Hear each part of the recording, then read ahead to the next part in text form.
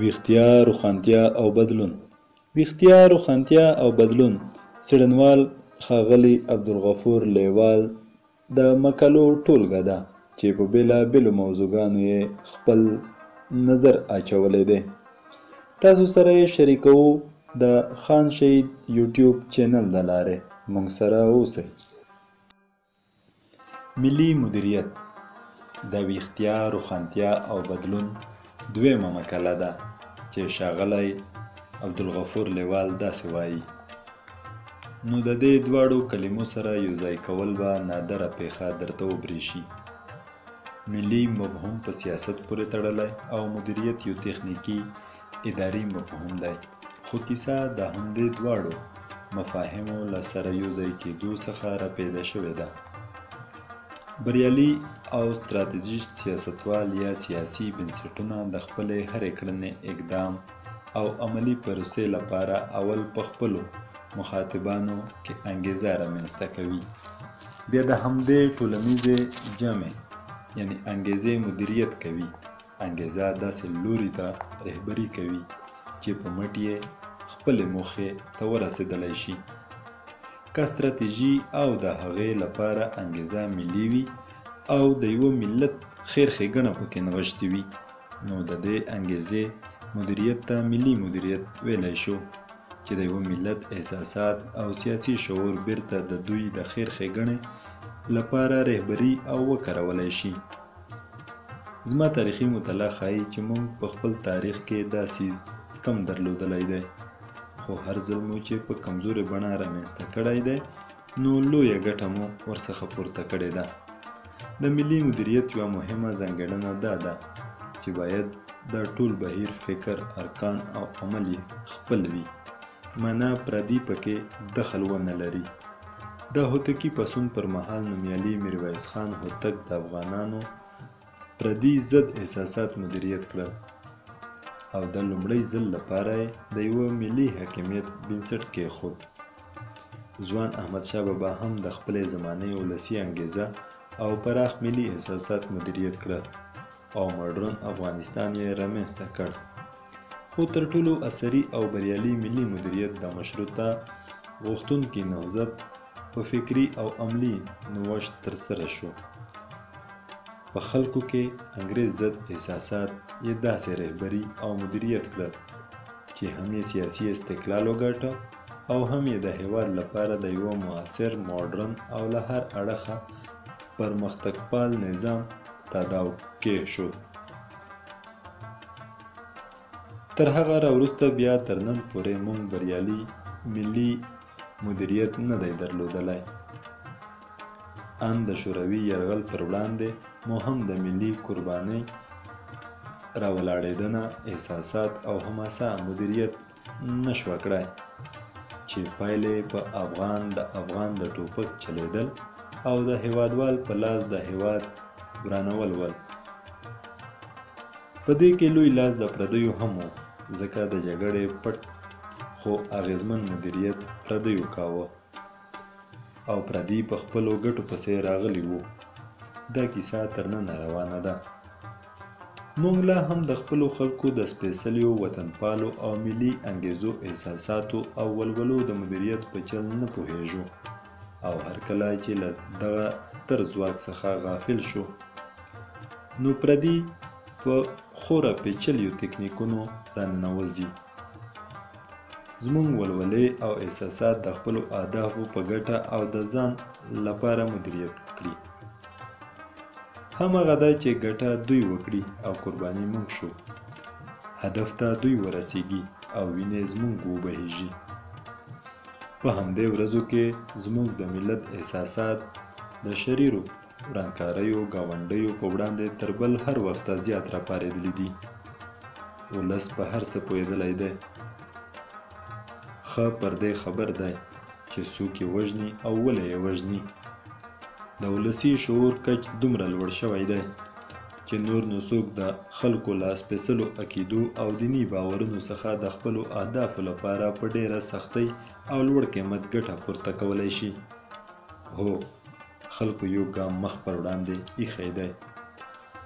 او د خپل هیواد او ملي ارزښتونو د ساتنې لپاره لا پسې سره نږدې شوي دي. خلک دې ته حاضر دي چې قومي ټیکهداران او ژبني هویتي سوداګر له منځه وشړي.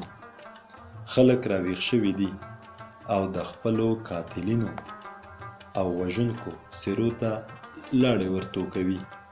غله او عاصب تش په نامه مشران یې هم پېژندلي دي او زړو شعارونو ته یې هم نه ویلي دي. چې رالنډه یې کړم، په خلکو کې د هیواد جوړونې او د معروضو پردیو په وړاندې د کرکې احساسات او انګېزې تر هر بل وخت ډېرې پیاوړې شوي دي. خو د ملي مدیریت د تشې یا کمزورۍ ستونزه لا هم پر ځای ده. لا هم داسې سیاسي ملي مشرۍ ته د آب حیات په څېر اړتیا ده چې د خلکو اوسنی شعور، ویښتیا، ولولې، انرژي او ګډې انګېزې د یوه پیاوړي، خوندي، پرمختللي، ودان او هوسا افغانستان رامنځته کولو لپاره مدیریت کړي. دا مدیریت باید موږ په خپله رامنځته کړو. خو څنګه؟ 20 میلیونران لا هم د خپل خونړي او دودیز اقتدار د دوام لپاره هویتي قومي وسله کاروي. همدې 20 میلیونرانو د هر قوم لپاره یو مړ یا ژوندی بت د کوچني قومي هویت د سمبول په توګه په بر سر کې ایښی او خپل پلویان یې سجدې ته وربولي. میلیونران په خپله پر دې بتانو عقیده نه لري، خو د هغوی د وجود له برکته ځان ته تعزیه کوي. مړه بوتان د لنګې غوا په توګه رالوی شي او ځان یې په همدې کوچنۍ دایره کې رانغاړلی دی. د ملي مدیریت رامنځته کېدل اول ګام دا دی چې دا کوچنۍ دایرې ماتې شي او د ټول افغانستان لپاره د خیر ښېګڼې او رښتینې ملي ګټې تفکر رامنځته شي. د ملي مدیریت ځانګړنه باید په دې توګه خلکو ته معرفي شي. هر هغه سیاسي اقدام چې ګټه یې ټول افغانستان او هر افغان انسان ته رسېدلی شي.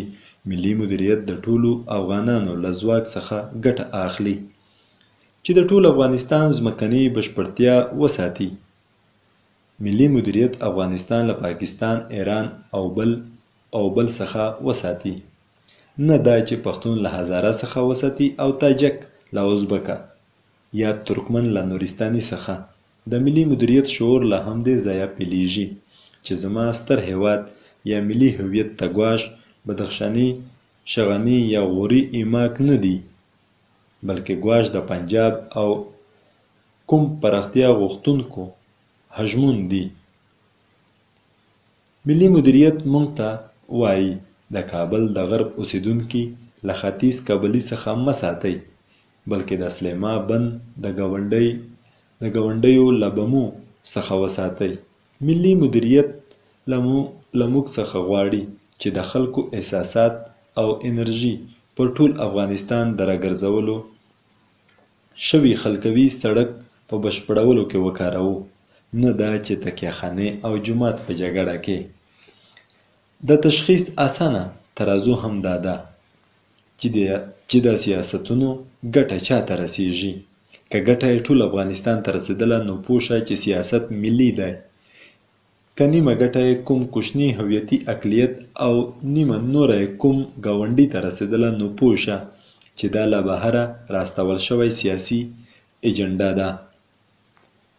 ملي مدیریت د ملي یووالي تکراري، سولیدلي او کرکجن شعارونه نه دي چې هره ورځ یې له دروغجنو سیاستوالو څخه اورو، بلکې دا داسې عملي میکانیزمونو یوه بشپړه سنجول شوې مجموعه ده چې هیواد د بهرنیو لاسوهنو او ورانکاریو په وړاندې وقایه کولی شي. ملي مدیریت 3 عملي ګامونه لري. اول، د خلکو له توانمندۍ او پوهې څخه د سیمه ییز امنیت او ثبات په رامنځته کولو کې ګټه اخیستنه. دویم، له ولس سره په ګډه د هیواد د موجودو اقتصادي سرچینو تنظیم او د نویو سرچینو فعالول چې وکړی شي د یوه ملي نظام او ولس اقتصادي اړتیاوې پوره کړي. دریم، د کړکېچونو او خپلمنځي شخړو د زمانې د زړو دودیزو تش په نامه رهبریو لرې غورځول او د ملي مدیریت د منطق پر بنسټ د نوې رهبرۍ رامنځته کول او د ملي واکمنۍ په لیکو کې د همدغې رهبرۍ ګمارل. افغان مشروطه غورځنګ دا درې واړه ګامونه یو ځای سره واخیستل.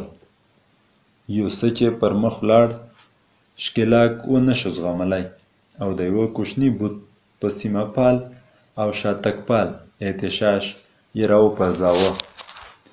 له دې یادونې څخه مې موخه دا وه چې موږ د ملي مدیریت یو کم عمره خو بریالي موډل په خپل تاریخ کې لرو، نو ښایي چې ورڅخه زده یې کړو او د اوسنۍ زمانې له ټولو ځانګړنو سره یې په نوې او بیخي موډرنه بڼه یو ځل بیا رامنځته کړو. مننه.